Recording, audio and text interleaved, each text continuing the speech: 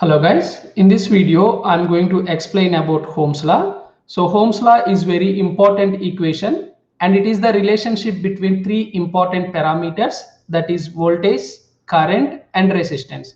So in our previous classes I already explained about what is voltage, current and resistance. So current is nothing but the flow of electrons in any given circuit. So here we use resistance. What resistance will do? The resistance will resist the flow of currents in the circuit. And voltage is nothing but it is the push of electrons, right? If the more voltage, more electrons will flow in the circuit. So we already discussed about voltage, current and resistance. Now we are going to discuss about Ohm's law, and it is the relationship between these three parameters. So Ohm's law states that V equal to IR. So this is the product. So V equal to IR. So if you know any two parameters, we can calculate the another third parameter. So in this first equation, if you know current and resistance value, you can calculate voltage. And from this equation 1, you also can write I equal to V by R. So if you know voltage and resistance, you also can calculate current. And also from the equation 1, you also can write the resistance equal to V by I. So if you know voltage and current, you also can calculate the resistance value. So here from equation 2, you can understand one thing, that current is the directly proportional to what? Voltage. If you increase the voltage value, what happened? The current is increasing. More voltage and more current. If voltage equal to 0 in the circuit, the current is also 0 in that given circuit. The second thing you can understand, if you increase the resistance value, what happened? The current value will decrease. Therefore, current is directly proportional to voltage and current is inversely proportional to resistance value. Now here I am going to take very basic circuits in order to explain how to use Ohm's law. For example, here I am taking a source, that is voltage source, and here I am taking only one resistance. So here you know the resistor is having two terminals. Here I am taking resistance where the voltage value is 10 volts and resistance value is 5 ohm. So you know the purpose of voltage source and resistance. So as you are using a voltage source, the voltage source will push the electrons in the circuit. So because of this voltage source, what happens? Some current is flowing in the circuit. So here what is the use of resistance? Resistance will resist the flow of electrons. So by using Ohm's law, what is current? I equal to V by R. Therefore you already know voltage here, this is 10 volt, and you already know resistance here 5, therefore 5 ones and 5 twos. Therefore current is equal to what? 2 ampere. How much current is flowing? 2 ampere current is flowing. Then what I will do, I will take another circuit. So here the voltage value is same, what? 10 volt, and here I'm going to increase the resistance value. Okay, this is A and B. So here resistance equal to what? I'm taking 50 ohm. Now you need to calculate what? The current. You already know the formula for current. I equal to what? V by R. So here voltage I'm not changing 10, and resistance here I have changed 5 to 50. What happened? 10 ones and 10 5. Therefore this is what? 0.2 ampere. See here, when resistance is 5 ohm, what is the current in the circuit? 2 ampere. And when resistance equal to 50 ohm, what is the current in the circuit? 0.2 ampere. Now you can understand here, resistance current is what? Inversely proportional to resistance. If the resistance value is what? Low, what happened? Current is high. If the resistance value is increasing, the current is what? Decreasing. So this is what one conclusion we can draw from what? Ohm's law. The another thing here, so I'm keeping the resistance value same. So here this is my voltage. So what is the resistance value here? 5 ohm. This is what? Terminal A and B. So instead of 10 volt, I'm going to take now 50 volt. Now what happened? As I said, voltage is directly proportional to current. If I increase the voltage value, current value will increase. So as I am using voltage source will push the electrons in the circuit. Therefore, I equal to what? V by R. Therefore, from here 50 by 5. So 5 ones and 5 tenths. What happened?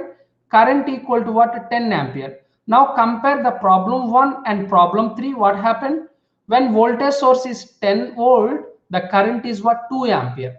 And the same resistance, but voltage value increasing 5, 10 to 50, then what happened? Current in that circuit is also increasing. This is what? From 2 ampere to 10 ampere. So here you can draw another conclusion that voltage source is directly proportional to what? Current source. Clear. Now here my fourth problem in this in Holmes law. So here what I am taking, so I am taking one voltage source, another resistance value. Okay, so here voltage source is 50 millivolts, and here I'm taking resistance, that is R. I'm not giving the resistance value. This is terminal A and B. So whereas I'm giving the current equal to 10 milliampere. Now, as what I told you, the Ohm's law is the relationship between three parameters: voltage, current, and resistance. If you know any two parameters, you can find the other parameter. So here I am giving voltage and current, you should find resistance. So as per Ohm's law, V equal to IR, and now you need to find resistance, that is R equal to V by I. So therefore here I have given voltage, that is 50 millivolts, and the next thing I already given the current in the circuit, that is 10 milliampere. So milli will get cancelled, 10 ones and 10 fives. Therefore the resistance equal to what? 5 ohm. So here you can write it here, this is what? 5 ohm. So if you know two parameters, you can find the another unknown parameters by using Ohm's law. The last circuit, the last problem in this Ohm's law concept. So here what I'm going to do, I'm going to take two resistors are connected in series. Okay, in our previous concept, I have explained how to find R equivalent when resistors are connected in series and when resistors are connected in parallel. So here the voltage source is 6 volt, and here I am taking 2 ohm and 3 ohm. Now you need to find the current in the circuit. So how to find current? So you know I equal to what? V by R. But here how many resistors are connected? Two resistors. So you need to find what? R equivalent. So R equivalent means, so here resistors are connected in series. Therefore you need to add R1 plus R2. Therefore 2 plus 3 equal to what? 5 ohm. So R equivalent equal to what? 5 ohm. Therefore voltage equal to what? 6, and this is by 5. 5 is what? R equivalent. From this you can find current equal to what? 1.2 ampere. Now here you need to understand one thing, that what is the current in the circuit? 1.2 ampere. Now as these two elements, this is R1 and R2, are connected in series, if I ask you what is the current at 2 ohm, it is of course 1.2 ampere. And what is the current at a 3 ohm resistor? Of course it is the same current, 1.2 ampere. But the voltage at a 2 ohm is different than 3 ohm. So here we have voltage, this is what? V1, and this is what? V2. Now the voltage is different because when elements are connected in series, the current flowing in that branch is same, whereas the voltage drop is different. So how to find voltage drop? You know the resistance value, and you know the current flowing at 2 ohm and 3 ohm. Therefore voltage drop at 2 ohm, as per Ohm's law, V equal to what? I R1. Therefore what is the current in this circuit? 1.2 into what is the resistance? 2. Therefore 2.4 volt.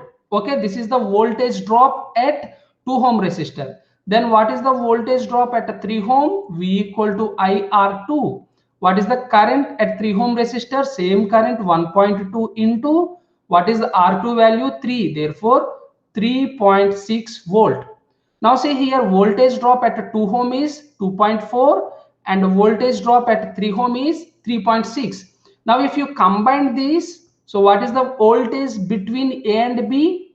What is the voltage between A and B? Of course 2.4 plus 3.6. Therefore, here it is what? 6 volt. Then what is the total voltage of the circuit is what? 6 volt. Now if you combine these two voltages, it is what? 6 volt. Now what you can understand here, the total voltage is going to be drop at a two different so the voltage drop is different at 2 ohm resistor and 3 ohm resistor. So what is the key point here? When elements are connected in series, the current flowing is same at R1 and R2, whereas voltage drop is different. This is V1 and V2. This is very important, and we have to use this point whenever we are solving circuit.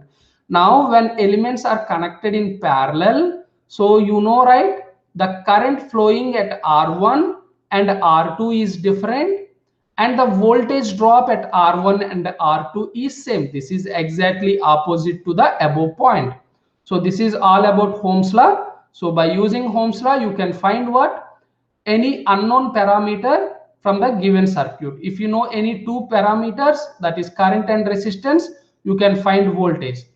Now this Holmes law you have to use when we have a relationship between voltage, current and resistance. Suppose, can I use Holmes law when I am working on capacitor? No.